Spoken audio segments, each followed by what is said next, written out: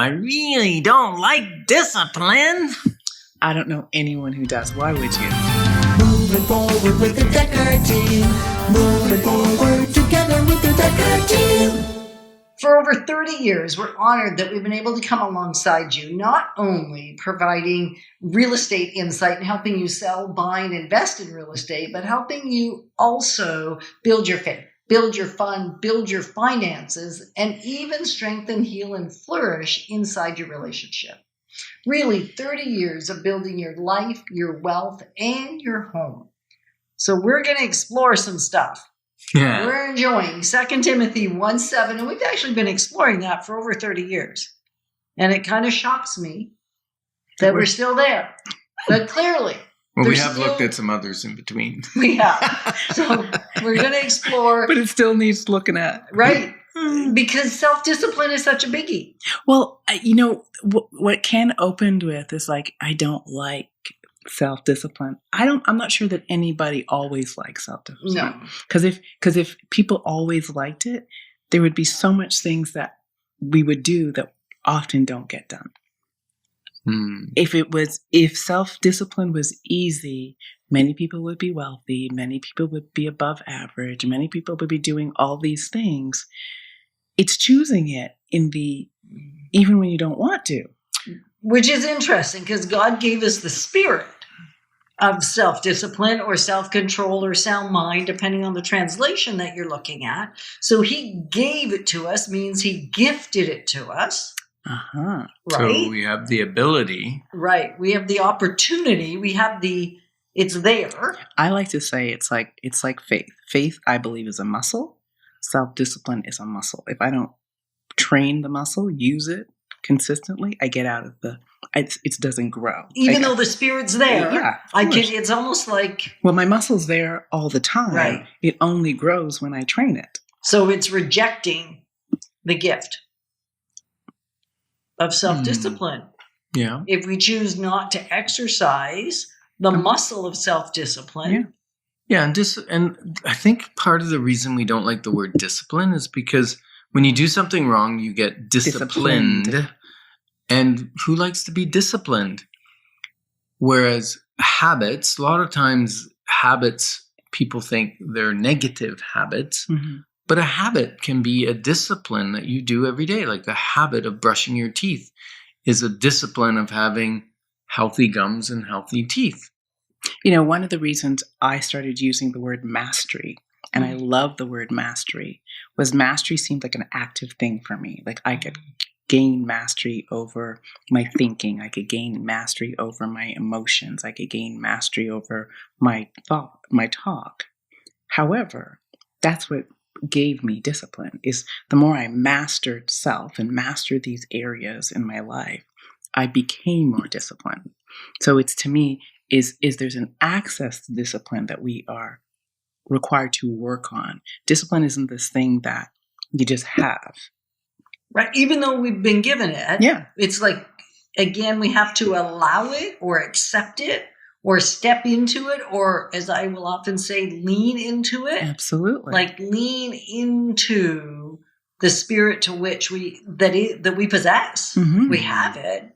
It's just, how do we live it full out? So that spirit of self-discipline, what I was just thinking is that you need to choose it because there's an alternative, right? And that's not being disciplined. Mm-hmm. That's overeating. That's, stealing something that doesn't belong to you. That's whatever that sin looks like, right? Like I'm just taking it to a little bit to the extreme. Yeah. Because the choice is to do what's right. Well, be disciplined to what's there you're right. Talking now about the free will that we're given. So just because I've been given the spirit of faith and the spirit of discipline, these profound things that I can access, I'm also given free will. And so really what we're talking about is mastering myself and making choices that move me forward. We know what they are: discipline, faith. However, just because I have them within me does not necessarily mean it's easy to choose to access it. Like, how many times have you need to lean in on faith? Just lean and trust. It's a discipline to do that. Mm-hmm. Fear's a lot easier. Well, because it doesn't. Why? It seems like it doesn't require as much of us. I think it comes out of our human nature, not our God nature, our God spirit. There you go. Right. And we all have these moments where we're completely human and we feel all the emotions, fear, anxiety. Those are natural human reactions. Yeah. Discipline and mastery requires that we lean into something higher, that we lean into these things. And I believe that the reason they're so polar opposites is this gives us access to who God knows we are. And who He created us to be. Absolutely. Well, yeah, and all our potential. Yeah. Right. Well, go back to the Garden of Eden, right? Like Adam and Eve had no fear until they sinned. Absolutely. And so I always remind myself that God knows who I am, all of me, who I am, all the possibility that's in me. Mm-hmm. I don't. So I fear it grabs me.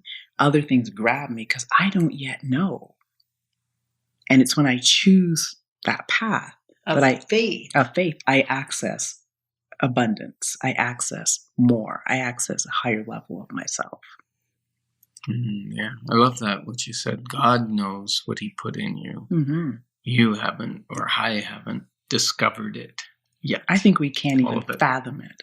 That's what I believe. Like, I have no idea how amazing and powerful and the potential that lives with me or you. You have no idea. No, because like the scripture says, you can move a mountain, right? Faith can move a mountain. Yeah. I can't. Faith the size of a mustard seed. I know. I can't even move this microphone without like just thinking about it, right? Like I can't. Yeah. I can move it because I've got some muscles, but think about it. It's profound. As we started the episode with profound, we're going to encourage you, as you've been listening to us, to share your insights, to share your perspectives, to share your thoughts, because this is a conversation that there isn't an end to this. Yeah. Like, we've been having this conversation for 30 years, Ken and I. We've been having this conversation since the day we met Suzan. Absolutely. And I think we'll still be having it in 10 more years. Yeah. And so we encourage you to keep having this conversation. What does God's Spirit really give you access to that you may be denying? Mm-hmm. Yeah, what are you choosing? What spirit are you choosing? We're honored to be your advocates in building wealth through real estate and a life that's exponential. Moving forward with the Dekker Team. Moving forward to